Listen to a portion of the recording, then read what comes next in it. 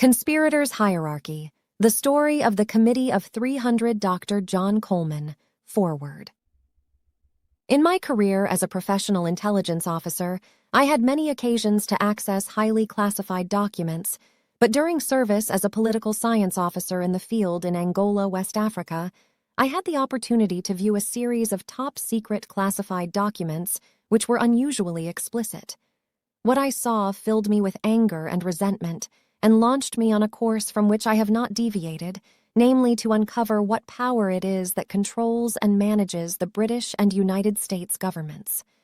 I was thoroughly familiar with all of the well-known secret societies, such as the Royal Institute for International Affairs, RIIA, the Council on Foreign Relations, CFR, the Bilderbergers, Trilaterals, the Zionists, Freemasonry, Bolshevism, Rosicrucianism, and all of the spin-offs of these secret societies. As an intelligence officer, and even before that as a young student in the course of my studies at the British Museum in London, I had cut my eye teeth on all of them, plus a good number of others with whom I imagined Americans were familiar.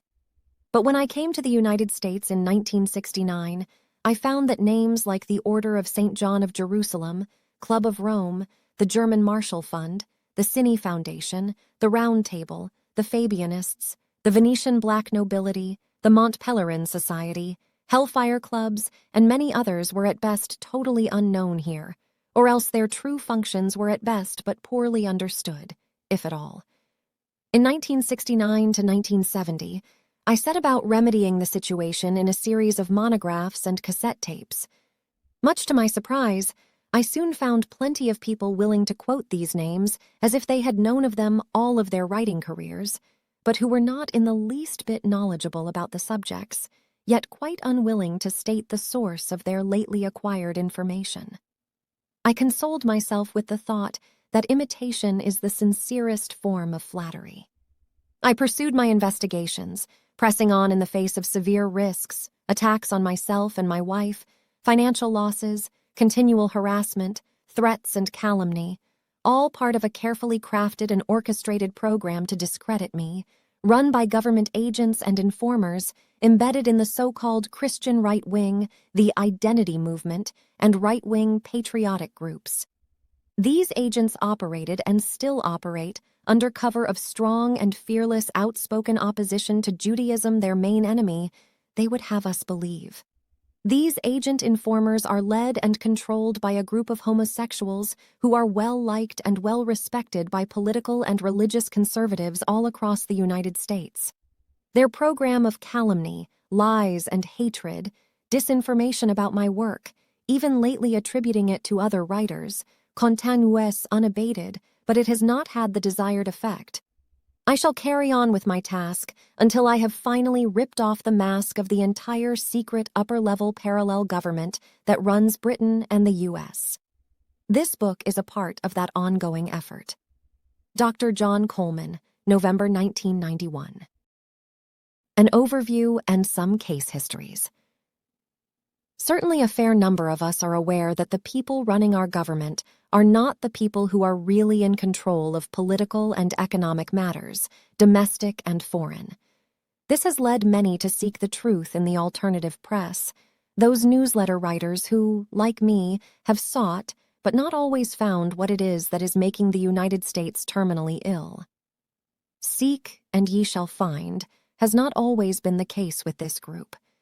What we did find was that the people walk in great darkness, mostly not caring or bothering to find out where their country is headed, firm in the belief that it will always be there for them. This is the way the largest population group has been manipulated to react, and their attitude plays right into the hands of the secret government. We frequently hear about they doing this, that, or the other. They seem literally to be able to get away with murder. They increase taxes, send our sons and daughters to die in wars that do not benefit our country. They seem above our reach, out of sight, frustratingly nebulous when it comes to taking action against them. No one seems able to clearly identify who they are. It is a situation that has pertained for decades. During the course of this book, we shall identify the mysterious they, and then, after that, It is up to the people to remedy their situation. On the 30th of April, 1981, I wrote a monograph disclosing the existence of the Club of Rome, identifying it as a committee of 300 subversive body. This was the first mention of both of these organizations in the United States. I warned readers not to be fooled by the feeling that the article was far-fetched, and I drew a parallel between my article and the warning issued by the Bavarian government when the secret plans of the Illuminati fell into its hands. We shall return to the Club of Rome and the role of the Committee of 300 in U.S. affairs later herein. Many of the predictions made in that 1981 article have since come to pass, such as the unknown Felipe González becoming Prime Minister of Spain and Mitterrand being returned to power in France, the downfall of Giscard d'Estaing and Helmut Schmidt, the return to power of Swedish nobleman and Committee of 300 member Olof Palme, the nullifying of Reagan's presidency, and the destruction of our steel, auto, and housing industries in terms of the post-industrial zero-growth order handed down by the Committee of 300. The importance of Palme lies in the use made of him by the Club of Rome to deliver technology to the Soviet Union on the forbidden list of the U.S. Customs, and Palme's worldwide communications network employed to train the spotlight on the phony Iran hostage crisis, while he shuttled back and forth between Washington and Tehran in an effort to undermine the sovereign integrity of the U.S. and place the phony crisis in the realm of a Committee of 300 institution, viz., the World Court at The Hague, Holland. In what is in fact an open conspiracy against God and man, which includes enslaving the majority of humans left on this earth after wars, plagues, and mass murder have done with them, is not well hidden. In the intelligence community, it is taught that the best way to hide something is to place it in open view. As an example of the foregoing, when Germany wanted to hide its prize new Messerschmitt fighter plane in 1938, the aircraft was put on display at the Paris Air Show. While secret agents and spies were collecting information from hollow tree trunks and from behind loose bricks in a wall, the information they sought was staring them right in the face. The upper-level parallel secret government does not operate from dank basements and secret underground chambers. It places itself in full view in the White House, Congress, and in number 10 Downing Street and the Houses of Parliament. It is akin to those weird and supposedly terrifying monster films where the monster appears with distorted features, long hair, and even longer teeth, growling and slavering all over the place. This is distraction. The real monsters wear business suits and drive to work on Capitol Hill in limousines. These men are in open view. These men are the servants of the one-world government New World Order. Like the rapist who stops to offer his victim a friendly ride, he does not look like the monster he is. If he did, his intended victim would run off screaming in fright. The same applies to government at all levels. President Bush does not look like a dutiful servant of the upper-level parallel government, but make no mistake about it, he is as much a monster as are those horrors found in horror movies. Stop for a moment and consider how President Bush ordered the brutal slaying of 150,000 Iraqi troops in a convoy of military vehicles carrying white flags on their way back to Iraq under Geneva Convention rules of agreed disengagement and withdrawal. Imagine the horror of the Iraqi troops when, in spite of waving their white flags, they were mowed down by American aircraft.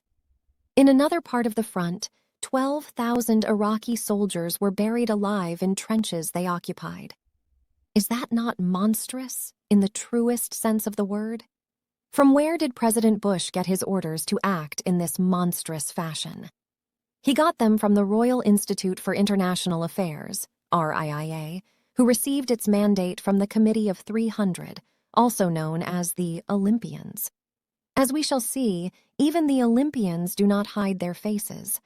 Oftentimes, they put on a show which could be likened to the Paris Air Show, even as conspiracy buffs spend their time in fruitless searching in the wrong places and in the wrong direction.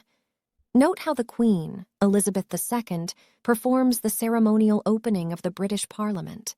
There, in full view, is the head of the Committee of 300. Have you ever witnessed the swearing-in ceremony of a United States president? There, in full view, is another member of the Committee of 300. The problem is only one of perception. Who are the conspirators who serve the mighty, all-powerful Committee of 300? The better informed of our citizens are aware that there is a conspiracy, and that the conspiracy goes under various names such as the Illuminati, Freemasonry, the Round Table, the Milner Group. To them, the CFR and the Trilaterals represent most of what they do not like in regard to domestic and foreign policy. Some even know that the Round Table has a big input into United States affairs through the British ambassador in Washington. The problem is that real hard information on the treasonous activities of members of the invisible government is very hard to come by. I quote the profound statement made by the prophet Hosea, which is found in the Christian Bible. "My people perish for lack of knowledge." Some may already have heard my exposé of the foreign aid scandal, in which work I named several conspiratorial organizations, whose number is legion. Their final objective was the overthrow of the U.S. Constitution and the merging of this country, chosen by God as His country, with a godless, one-world New World Order government which will return the world to conditions far worse than existed in the Dark Ages. Let us talk about actual case histories, the attempt to communize and deindustrialize Italy. The Committee of 300 long ago decreed that there shall be a smaller, much smaller, and better world, that is, their idea of what constitutes a better world. The myriads of useless eaters consuming scarce natural resources were to be culled. Industrial progress supports population growth. Therefore, the command to multiply and subdue the earth found in Genesis had to be subverted. This called for an attack upon Christianity, the slow but sure disintegration of industrial nation-states, the destruction of hundreds of millions of people, referred to by the Committee of 300 as surplus population, and the removal of any leader who dared to stand in the way of the committee's global planning to reach the foregoing objectives. Two of the committee's earliest targets were Italy and Pakistan. The late Aldo Moro, Prime Minister of Italy, was one leader who opposed zero growth and population reductions planned for his country, thereby incurring the wrath of the Club of Rome, commissioned by the Olympians to carry out its policies in this regard. In a Rome courtroom on November 10, 1982, a close friend of Moro's testified that the former prime minister was threatened by an agent of the Royal Institute for International Affairs, RIIA, who is also a Committee of 300 member while he was still the U.S. Secretary of State. The meteoric rise of the man the witness named as Kissinger will be dealt with later. It will be recalled that Prime Minister Moro was kidnapped by the Red Brigades in 1978 and subsequently brutally shot to death. It was at the trial of members of the Red Brigades that several of them testified to the fact that they knew of high-level U.S. involvement in the plot to kill Moro. When threatening Moro, Kissinger was obviously not carrying out U.S. foreign policy, but rather acting according to instructions received from the Club of Rome, the foreign policy arm of the Committee of 300. The witness who delivered the bombshell in open court was a close associate of Moro's, Corrado Guerzoni. His explosive testimony was broadcast over Italian television and radio on November 1982, and printed in several Italian newspapers, yet this vital information was suppressed in the U.S. Those famous bastions of freedom with a compelling right to know, the Washington Post and the New York Times, did not think it important to even print a single line of Guerzoni's testimony. Nor was the news carried by any of the wire services or television stations. The fact that Italy's Aldo Moro had been a leading politician for decades and who was kidnapped in broad daylight in the spring of 1978, all of his bodyguards butchered in cold blood, was not deemed newsworthy, even though Kissinger stood accused as an accomplice to these crimes? Or was the silence because of Kissinger's involvement? In my 1982 exposé of this heinous crime, I demonstrated that Aldo Moro, a loyal member of the Christian Democrat Party, was murdered by assassins controlled by P2 Masonry with the object of bringing Italy into line with Club of Rome orders to deindustrialize the country and considerably reduce its population. Moro's plans to stabilize Italy through full employment and industrial and political peace would have strengthened Catholic opposition to communism and made the destabilization of the Middle East, a prime goal, that much harder. From the foregoing, it becomes clear just how far ahead the conspirators plan. They do not think in terms of a 5-year plan. One needs to go back to Weishaupt's statements about the early Catholic Church to understand what was involved in the murder of Aldo Moro. Moro's death removed the roadblocks to the plans to destabilize Italy, and as we now know, enabled conspiracy plans for the Middle East to be carried out in the Gulf War 14 years later.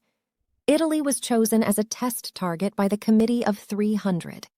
Italy is important to the conspirators' plans because it is the closest European country to the Middle East, linked to Middle East economics and politics. It is also the home of the Catholic Church, which Weishaupt ordered destroyed, and home for some of Europe's most powerful top oligarchical families of the ancient black nobility. Should Italy have been weakened by Moro's death, it would have had repercussions in the Middle East, which would have weakened U.S. influence in the region. Italy is important for another reason. It is a gateway for drugs entering Europe from Iran and Lebanon, and we shall return to that subject in due course. Various groups had combined under the name of socialism to bring about the downfall of several Italian governments since the Club of Rome was established in 1968. Among these are the black nobility of Venice and Genoa, P2 Masonry, and the Red Brigades, all working for the same goals. Police investigators in Rome working on the Red Brigade's Aldo Moro case came across the names of several very prominent Italian families working closely with this terrorist group. The police also discovered evidence that in at least a dozen cases, these powerful and prominent families had allowed their homes and/or property to be used as safe houses for Red Brigade cells. America's nobility were doing their share to destroy the Republic of Italy, a notable contribution having come from Richard Gardner, even while in his official capacity as President Carter's ambassador to Rome. At that time, Gardner was operating under the direct control of Bettino Craxi, an important member of the Club of Rome and a key man in NATO. Craxi was the leading edge of the conspirators' attempts to destroy the Italian Republic. As we shall see, Craxi was almost successful in ruining Italy, and as the conspirators' hierarchy's leading player, was able to get divorce and abortion pushed through the Italian parliament, resulting in the most far-reaching and destructive religious and social changes ever to strike at the Catholic Church, and consequently, the morals of the Italian nation. After President Ronald Reagan was elected, an important meeting was held in Washington, D.C. in December 1980 under the auspices of the Club of Rome and the Socialist International. Both these organizations are directly responsible to the Committee of 300. The main agenda was to formulate ways and means of how to neutralize the Reagan presidency.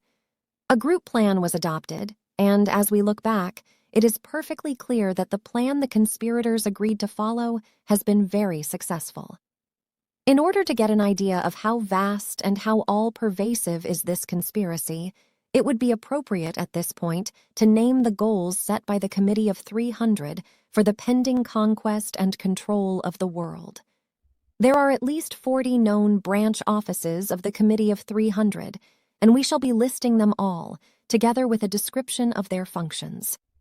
Once this is studied, it becomes easy to understand how one central conspiratorial body is able to operate so successfully, and why it is that no power on earth can withstand their onslaught against the very foundations of a civilized, progressive world based on freedom of the individual, especially as it is declared in the United States Constitution. Thanks to the sworn testimony of Guerzoni, Italy, and Europe, but not the U.S., learned that Kissinger was behind the death of Aldo Moro. This tragic affair demonstrates the ability of the Committee of 300 to impose its will upon any government without exception. Secure in his position as a member of the most powerful secret society in the world, And I am not talking about Freemasonry. Kissinger not only terrified Moro, but carried through on his threats to eliminate Moro if he did not give up his plan to bring economic and industrial progress to Italy. In June and July of 1982, the wife of Aldo Moro testified in open court that her husband's murder came about as a result of serious threats against his life, made by what she called a high-ranking United States political figure. Mrs. Eleonora Moro repeated the precise phrase reportedly used by Kissinger in the sworn testimony of Guerzoni: "Either you stop your political line or you will pay dearly for it." Recalled by the judge, Guerzoni was asked if he could identify the person Mrs. Moro was talking about. Guerzoni replied that it was indeed Henry Kissinger, as he had previously intimated. Guerzoni went on to explain to the court that Kissinger had made his threats in Moro's hotel room during the Italian leader's official visit to the U.S. Moro, then Prime Minister and Foreign Minister of Italy, a NATO member country, was a man of high rank, one who should never have been subjected to mafia-like pressures and threats. Moro was accompanied on his American visit by the President of Italy in his official capacity. Kissinger was then, and still is, an important agent in the service of the Royal Institute for International Affairs, a member of the Club of Rome and the Council on Foreign Relations. Kissinger's role in destabilizing the United States by means of 3 wars, the Middle East, Korea, and Vietnam, is well known, as is his role in the Gulf War, in which the U.S. Army acted as mercenaries for the Committee of 300 in bringing Kuwait back under its control and at the same time making an example out of Iraq so that other small nations would not be tempted to work out their own destiny. Kissinger also threatened the late Ali Bhutto, president of the sovereign nation of Pakistan. Bhutto's crime was that he favored nuclear weapons for his country. As a Muslim state, Pakistan felt threatened by continued Israeli aggression in the Middle East. Buto was judicially murdered in 1979 by the Council on Foreign Relations representative in the country, General Zia-ul-Haq. In his planned ascent to power, ul-Haq encouraged a frenzied mob to set fire to the U.S. Embassy in Islamabad in an apparent attempt to show the CFR that he was his own man and to secure more foreign aid and, it was later learned, to murder Richard Helms. Several years later, ul-Haq paid with his life for intervening in the war raging in Afghanistan. His C-130 Hercules aircraft was hit by an ELF, electrical low frequency, shot shortly after it took off, causing the aircraft to loop into the ground. The Club of Rome, acting on Committee of 300 orders to eliminate General ul-Haq, had no compunction in sacrificing the lives of a number of U.S. servicemen on board the flight, including a U.S. Army Defense Intelligence Agency group headed by Brigadier General Heber Wassam.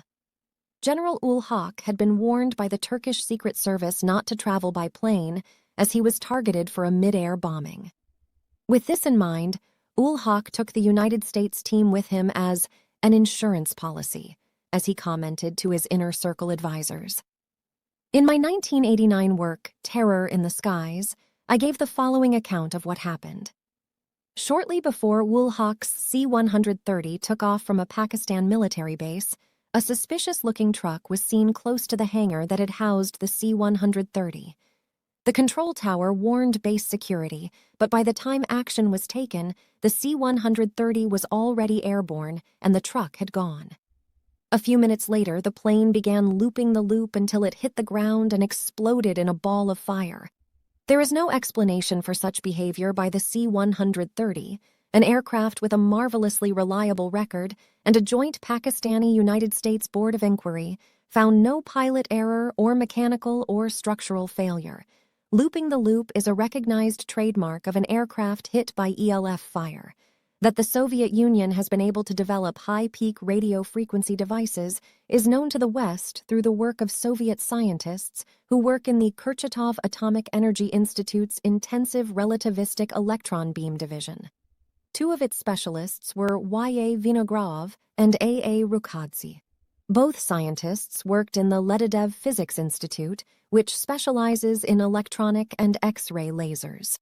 After receiving this information, I searched for confirmation from other sources and found that in England, the International Journal of Electronics had published some material which appeared to confirm the information given to me about the method chosen to shoot down General ul Haq's C-130. In addition, the information was confirmed by two of my intelligence sources. I received some useful information from a Soviet scientific paper on these subjects, published in England under the title Soviet Radio Electronics and Communications Systems. There was no doubt in my mind that General ul Haq had been murdered. The truck seen near the C-130 hangar undoubtedly carried a mobile ELF device of the type the Soviet armed forces are known to possess. According to written testimony by Buto, smuggled out of the country while he was in prison, Kissinger severely threatened him.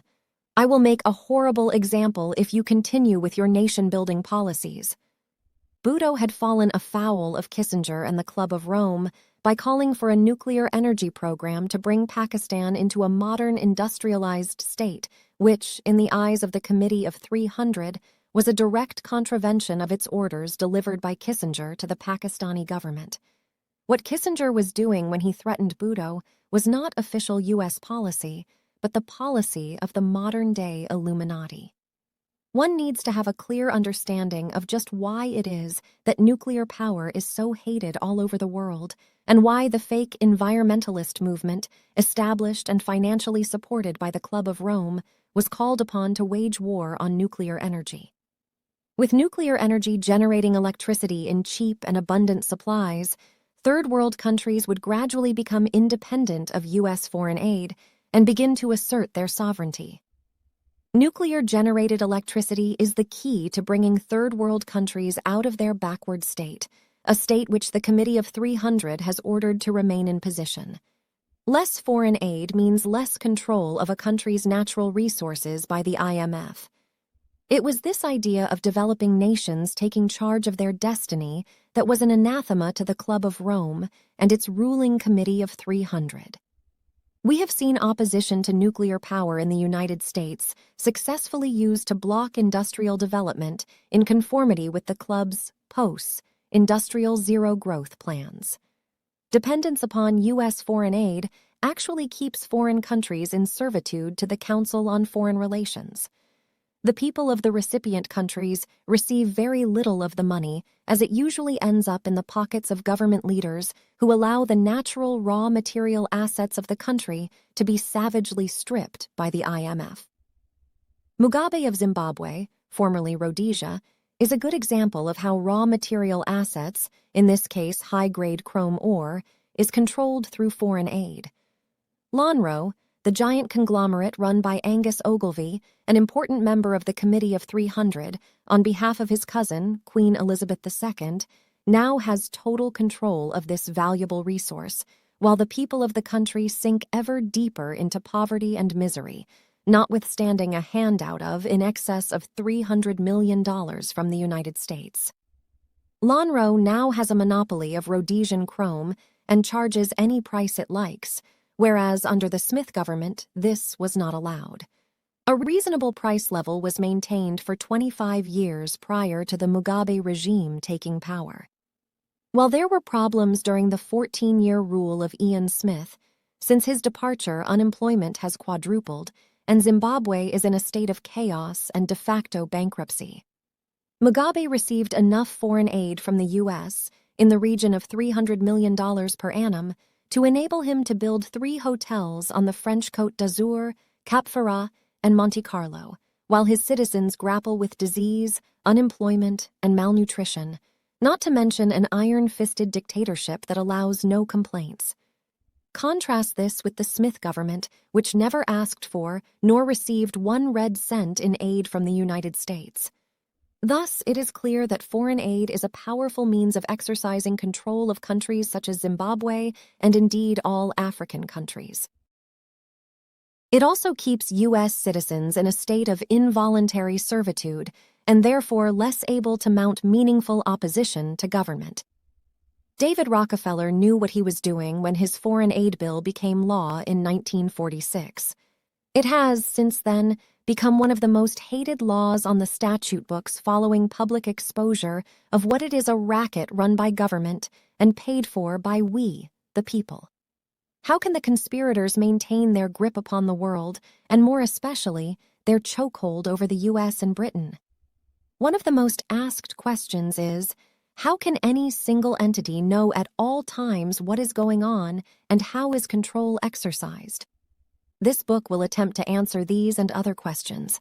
The only way we can come to grips with the reality of the conspirators' success is by mentioning and discussing the secret societies, front organizations, government agencies, banks, insurance companies, international businesses, the petroleum industry, and the hundreds of thousands of entities and foundations whose leading lights make up the membership of the Committee of 300, the ultimate controlling body that runs the world and has done so for at least 100 years.